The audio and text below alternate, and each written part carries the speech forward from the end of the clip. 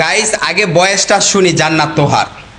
তুমি মোটেও ঠিক করলা না এই ভিডিওটাতে, ঠিক আছে? আমি এই ভিডিওরে ঢাকার জন্য আরেক ভিডিওতে বলে দিয়েছি যে এটা হচ্ছে আমাদের একটা শুটিং ভিডিও ছিল, তারপরেও তুমি এটার পাবলিক করছো।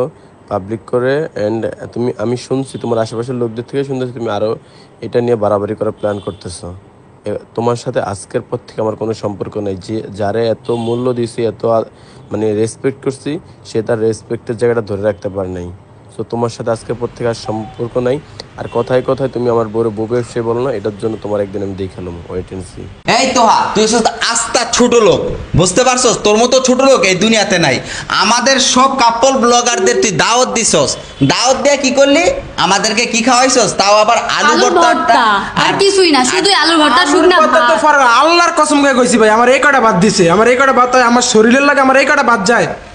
এত দাওয়াত দেয়নি তো, পুরো অপমান করছে আমাদেরকে নিয়ে যায়। কতটি 22 জনের উপরে এর দুধ ডাইলে আনছে। 22 জনের খাবার খাওয়াইবো, জান্নাত তোহা এইটুকু ডাল রান্না করছে। চিন্তা করছেন ভাই? তুমি দাওয়াত না দিলেই পারতা আমাদেরকে। উনি আমাদের সেই দুপুরে নিয়ে গেছে, দুপুরেও খাওয়া নেই, রাত্রেও খাওয়া নেই। আমি দয়া মায়া কইরা, তাও আমার নিজের টাকা দিয়া আমি একটু ফল টল কিনা নিয়ে গেছিলাম। পানি খাইছে আমার বেসিং এর পানি, বেসিনের পানি খাওয়াইছে, বেসিনের পানি খাওয়াইছে। তো তুমি জান্নাতের কিছু বইলা দাও। এরপর কোনো আত্মীয় স্বজন বা কাউরে যদি ইনভাইট করা হয় তাইলে ঠিক মতো আপ্যায়ন করতে হবে, 3 বেলা খাবার দিতে হবে। প্রথম অবস্থায় যদি যায় তাদেরকে নাস্তা দিতে হবে।